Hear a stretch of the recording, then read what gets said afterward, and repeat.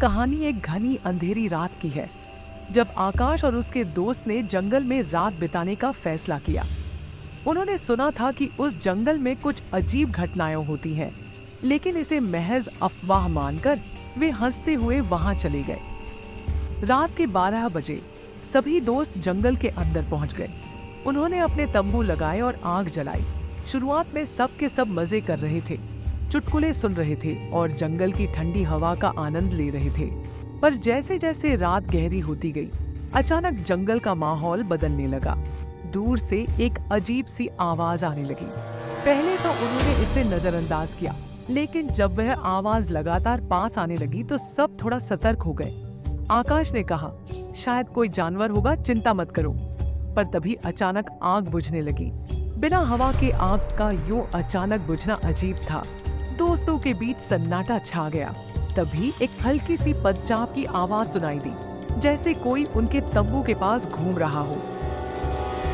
किसी ने हमें फॉलो तो नहीं किया? एक दोस्त ने डरते हुए पूछा। आकाश ने टॉर्च जलाने की कोशिश की, लेकिन उसकी टॉर्च बंद हो चुकी थी। अंधेरा इतना घना था कि वे एक दूसरे को मुश्किल से देख पा रहे थे।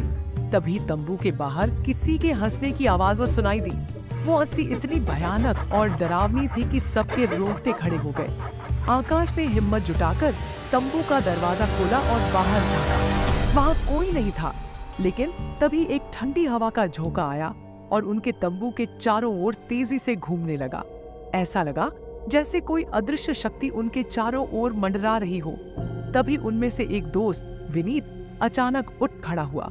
उसकी आंखें पूरी तरह से सफेद हो गई थी और उसने एक गहरे भयानक स्वर में कहा, तुम्हें नहीं आना चाहिए था, ये जगह तुम्हारे लिए नहीं है। सबके होश उड़ गए।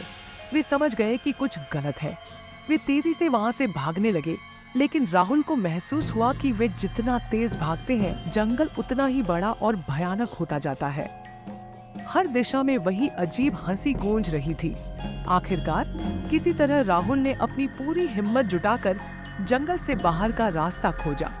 सुबह होते होते वह और उसके कुछ दोस्त किसी तरह गांव पहुंच गए, लेकिन विनीत का अब तक कोई अता पता नहीं था। गांव वालों ने उन्हें बताया कि कई साल पहले इसी जंगल में एक पुराना कबीला रहता था, जिनका श्राप आज भी इस जंगल में मंडराता है। जो भी इस जंगल में रात बिताने की कोशिश करता है, उसे ये श्राप कभी वापस लौटने नहीं देता। आकाश और उसके दोस्तों ने कभी उस रात के बारे में किसी से बात नहीं की, लेकिन वे जानते थे कि उन्होंने उस रात किसी अजीब और डरावनी शक्ति का सामना किया था, जिसे शब्दों में बयान करना मुश्किल था।